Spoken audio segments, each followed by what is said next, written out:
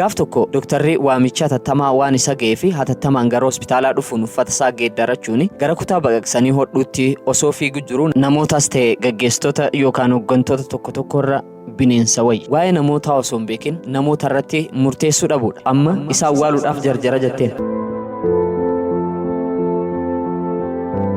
Mootichi dogoggora isaa hubatee hojjetaan sun akka bilisa ba'u taasise. Daawwattootaa fi hordoftoonni maatii YouTube channel ibsa jireenyaa. YouTube channelin ibsa jireenyaa viidiyoowwan bashannansiisaaf barsiisaa gama animation storytiin simbiraan ga'aatiin ture ji'oota 2 addaan kuteera. Addaan kutuu keenyaaf dhiifama sin gaafachaa amma immoo deebineerraa subscribe, share, like gochuudhaan nu bira dhaabbadhaa jechaa seenaawwan 2 haalaan nama gaddisiisanii isinitti hima. Hanga xumuraatti nu hordofaa.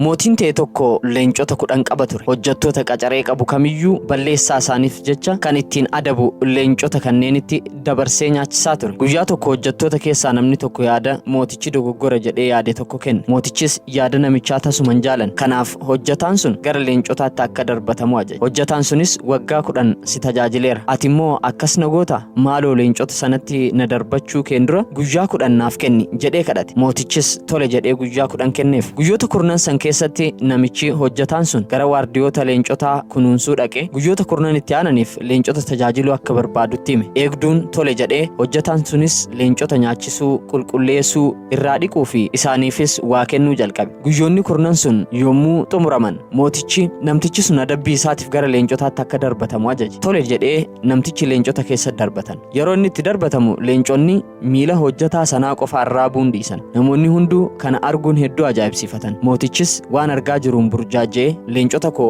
maaltu mudate jedhee aare. Hojjetaan sunis ani guyyoota 10 qofaaf leencota tajaajileera. Isaanis tajaajila koo hin dagan. Kanaafis nan nyaanne. Ati garuu waggaa 10 guutuus tajaajileen oolmaa koo hunda dagattee dogoggora koo isa jalqabaa irratti du'aaf na laatte. Sirra bineensa wayya. Bineensi sirra ni caala jedheen qoma dhiibee. Mootichi dogoggora isaa hubatee hojjetaan sun akka bilisa ba'u ajaje. Namootaas ta'e gaggeessitoonni yookaan hooggantoota tokko tokkorra bineensa wayyaa jedhama. Dogoggora sitti hin tolle tokkoof seenaa gaarummaan guutameen balfin.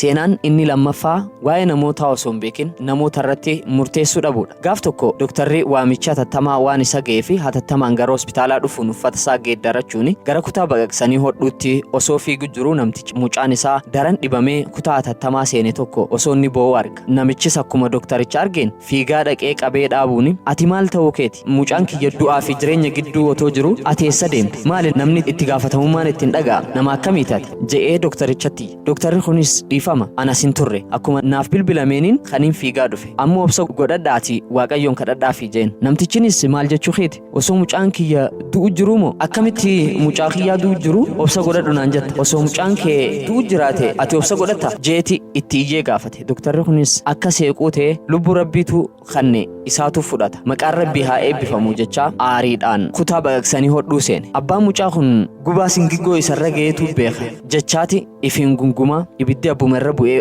guba akka jechu. Sa'aatii muraasaan booda doktarichi kutaa sana seeqaa ba'uun abbaa mucaa kanaatiin rabbiin galanni haa ga'u mucaan kee oolee jira kana booda yoo gargaarsa barbaadde narsoota haasofsiisuu dandeessa jechuun boo'aa fiigee bira dabre. Daqiiqaa muraasa booda narsiin tokko dhufte. Abbaan mucaa kunis narsittiidhaan doktarri kun mucaan kiyya maalirraa akka jiru akkan gaafadhuufillee yeroo naan laanne jee gaafate. Narsiin tunis kaleessa mucaasaa balaa konkolaataatiin waan jalaa du'eef yeroo bilbilleef awwaala mucaasaa irraa dhufee mucaa kee oolche amma isa awwaaluudhaaf jarjara jetteen. Yaa obboleeyyan kiyya waan namni tokko irra jiru hin beeytan waan ta'eef daftanii namatti murteessina. Maddi maxxansa kanaa raaksiitiirraa hiikame. Hiriyoota keessan akkasuma immoo namoota jaallattaniif sheer godhaa. YouTube channel ibsa jireenyaatii wajjin ammoo maatii taasisanii galatooma.